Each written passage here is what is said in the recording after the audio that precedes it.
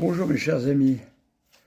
En réparation des nombreux blasphèmes professés en particulier par les évangéliques vis-à-vis de la très sainte Vierge Marie, notre mère, et de ses privilèges, n'oublions pas que sa virginité est perpétuelle avant, pendant et après la naissance de notre Seigneur.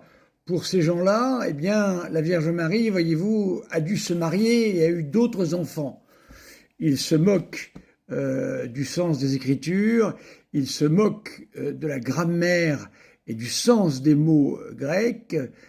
Voilà, ils offensent la très sainte Vierge Marie. Ils refusent son immaculée conception. Pour eux, la Vierge Marie, eh bien, a commis des péchés, péchés actuels, bien sûr, péchés véniels, hein, et peut-être péchés mortels, allez savoir, je n'en sais rien, moi. Voilà. Donc c'est une offense pour la très sainte Vierge Marie, notre mère, et c'est pour cette raison qu'en réparation de ces offenses, eh bien, je vais méditer tous les jours un texte concernant la Vierge Marie. Aujourd'hui, je continue avec la vie mariale, les carnets noirs du révérend Père Jacquier. Je suis au numéro 2. Hier, j'avais fait le numéro 1. L'union spirituelle doit s'opérer comme un don total de nous-mêmes à son cœur maternel. Elle s'est livrée pour moi, je me livre à elle pour qu'elle m'entraîne dans l'amour. Voilà. Ici, nous voyons toujours pareil que la Vierge Marie, notre mère, eh bien, est le lieu par lequel notre Seigneur Jésus-Christ lui-même est venu à nous. Sans la Vierge Marie et sans son fiat, nous n'aurions jamais eu notre Seigneur Jésus-Christ, du moins de cette façon-là. Eh bien, ici, le Père Jacquier nous dit qu'il n'y a qu'une seule façon de pouvoir, eh bien, honorer authentiquement la très sainte Vierge Marie que notre Seigneur nous a laissée définitivement comme notre Mère du ciel. Eh bien, il nous faut nous livrer totalement à elle, dans une union spirituelle. Là, nous entrons dans ce que l'on appelle, eh bien, les deux cœurs, la théologie des deux cœurs.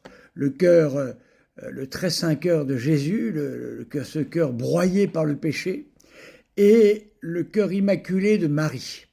Ces deux cœurs sont unis, l'un par la passion, l'autre par la compassion, celui de la très sainte Vierge Marie.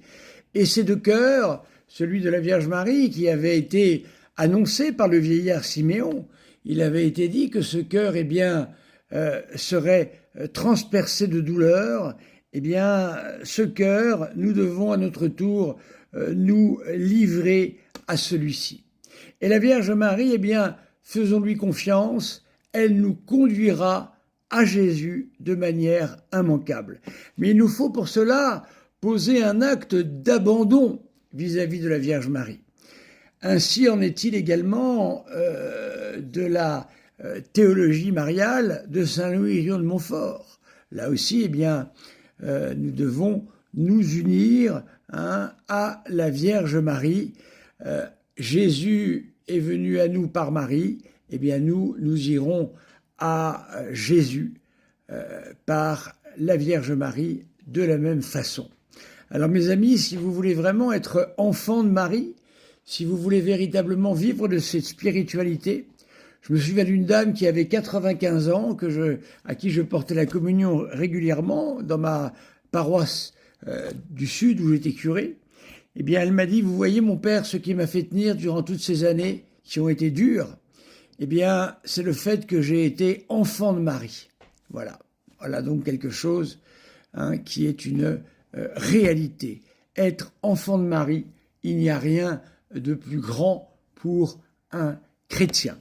Alors mes chers amis, en réparation des blasphèmes des nombreux évangéliques que nous pouvons entendre, qui ne cessent de blasphémer notre très sainte mère, prions pour eux, demandons à ce que le Seigneur eh bien, leur pardonne parce qu'ils ne savent pas ce qu'ils font. Voilà, car n'oublions pas que les évangéliques attaquent les trois blancheurs, la très sainte Vierge Marie, qu'ils appellent une femme comme une autre, quel péché. Le pape, qui évidemment pour eux n'existe pas.